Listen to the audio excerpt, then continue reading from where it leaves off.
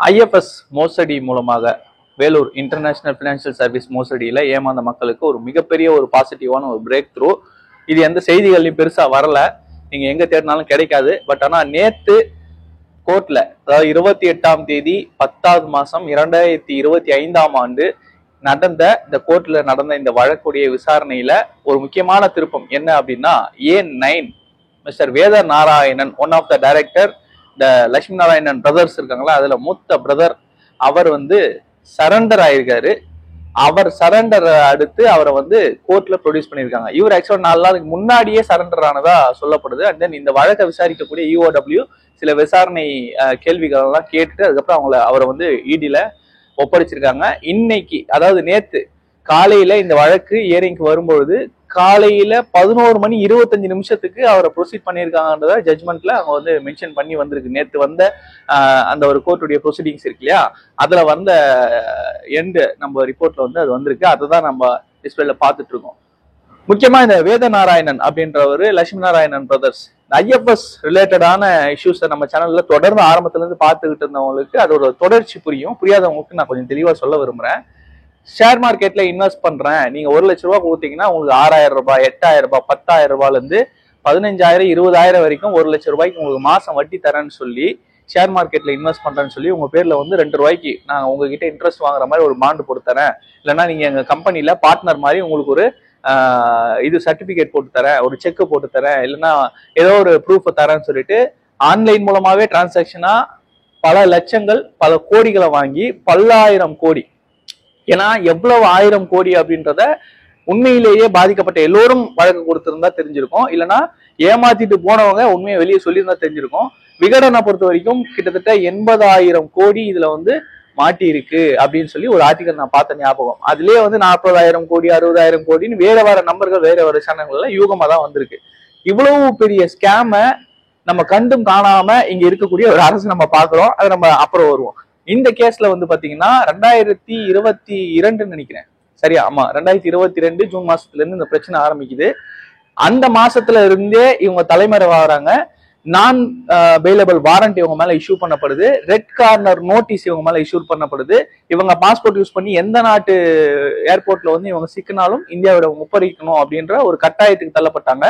அது மாதிரி சிக்கி ஜனார்த்தனன் ஏற்கனவே ஜனவரி மாசம் இங்க அரெஸ்ட் பண்ணி இங்க நம்ம கஸ்டடி கொண்டு வந்தாங்க. புழல் சிறையில இருக்காரு. ஒரு கோர்ட் ஹியரிங்க்கு அவர் ஆஜர் பண்ணி கொடுத்து போறாங்கன்றத நம்ம பாக்குறோம்.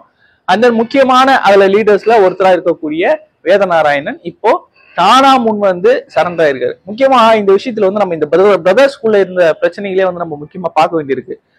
நமக்கு செய்தி என்ன அப்படின்னா, அதுல க்ளோஸ் ரிலேட்டிவ்ல இருந்து அவங்களுடைய ரிலேட்டிவ் சைட்ல இருந்து சில இன்ஃபர்மேஷன்ஸ் வந்தது. என்னன்னா, லட்சுமி நாராயணன் அதுல அந்த குரூப்ல பெரிய ஒரு வேத நாராயணன், இவர் மிலிட்ரியில சர்வீஸ் பண்ணிட்டு இருந்தவர். 2019 தான் இங்க வராரு. வந்தவரை நீ ஊருக்குலாம் போக வேண்டாம், இங்கே இரு, நம்ம இந்த மாதிரி பிசினஸ் பண்ணலாம்னு சொல்லிட்டு அவரையும் சேர்த்துக்கிட்டு அவரும் இதுல இன்வெஸ்டர் ஆகி அதுக்கப்புறம் அதுல டைரக்டர் ஆகி இங்க நிறைய ப்ராப்பர்ட்டிஸ் அதுக்கப்புறம் வாங்கியிருக்காரு. இதெல்லாம் நடந்திருக்கு. ஆனா இவருக்கும் இந்த பிசினஸ் உள்ள ரொம்ப இன்டீரியரா டச் கிடையாது அப்படின்னு சொன்னாங்க. ஆனாலும் இவங்க பண்றதுல இன்னும் புரியாம சரி ஏதோ பண்றானுங்க அப்படின்னு சொல்லிட்டு இவரும் கூட இருந்திருக்காரு. பிரச்சனை உடனே ஒட்டுமொத்த குடும்பத்தையும் இங்க இருந்து காலி பண்ணி லட்சுமி நாராயணன், மோகன் பாபு பிரதர்ஸ் இங்க இருந்து லண்டனுக்கு கொண்டு போனதாக சொல்லப்படுது. இவங்க எல்லாருக்குமே இப்போ வேதநாராயணன் அவர்களுக்கு 2 வருஷம் விசா, மோகன் பாபு அவர்களுக்கு 3 வருஷம் விசா இருக்கிறதா சொல்றாங்க. லட்சுமி நாராயணுக்கு ஆல்ரெடி விசா முடிஞ்சிருச்சு. ஆனா அங்க அகதிகள் முகாம்ல லண்டன்ல இருக்கிறதா ஒரு செய்தி வந்திருக்கு. இது எந்த அளவுக்கு உண்மைன்றது தெரியலீங்க. நானும் எனக்கு வந்த செய்தி தான் நான் போடுறேன். நான் எதுவும் அதிகாரப்பூர்வமா சொல்லல. இது அங்க இருக்காங்க. மோகன் பாபு அவர்கள் தான் வெல் செட்டில் தான் அங்க ஒரு நல்ல ஒரு இடத்துல ரெண்டடான ஒரு வீட்டுல ஃபேமிலியோட இருக்காருன்றதை கேள்விப்படுறோம். வேதநாராயணனை கழட்டி விட்டுறதாகவும் இவங்களுக்குள்ளாரவே நிறைய சண்டை நடந்து லட்சுமி நாராயணன் ஒரு கட்டத்துல அடிச்சதாகவுமே நம்மளால ஏற்கனவே ஒரு காணொலியில நம்ம பேசுற இந்த தகவலை நம்ம பதிவு பண்றோம். இவர்களுக்குள்ளாரவே உன்னாலதான் இந்த பிரச்சனை, ஆள் மாத்தி இவ்வளவு கையை காட்டி அவங்க அங்க வாழ்றதுக்கு முடியாம பல வேலைகளை இவர் செஞ்சு அந்த குடும்பத்தை காப்பாற்ற முடியாம இல்ல நம்ம சரண்டர் ஆயிடும் அப்படின்னு சொல்லிட்டு இப்போ இந்தியாவில சரண்டர் ஆகி சிபிஐ மூலமா தான் இவங்க EOW ED கிட்ட சப்மிட் பண்ணி ED மூலமா இப்போ கோர்ட்டுக்கு வந்திருக்காங்க.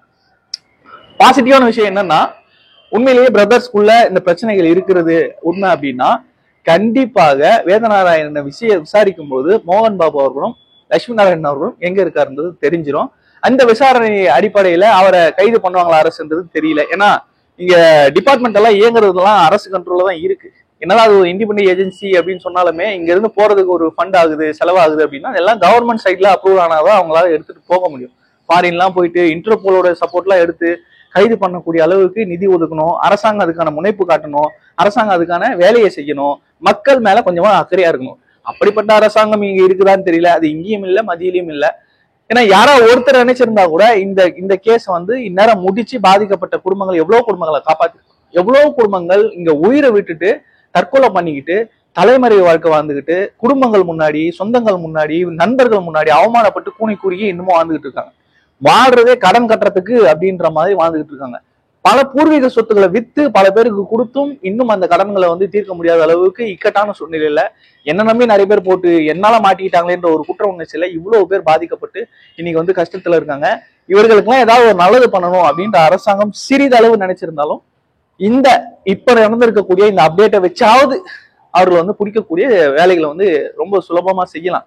ஆனா அரசுக்கு வந்து அதை செய்யறதுக்கான விருப்பம் இல்லை. ஏன்னா இதுல அவங்களுக்கும் ஏதாவது சம்மந்தம் இருக்கான்னு தெரியல.